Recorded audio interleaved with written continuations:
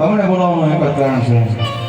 કોકણા ઘરથી ભુજે વારે છે લીલુડા શ્રીફળ લઈ તો શ્રીફળનો સ્કાર કરવાનો.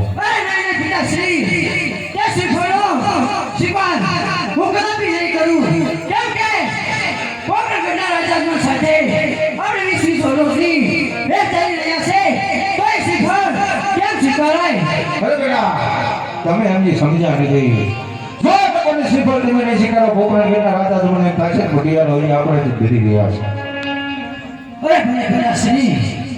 ભલે બધા ભોજનની કુવર દેખાડી ગયો.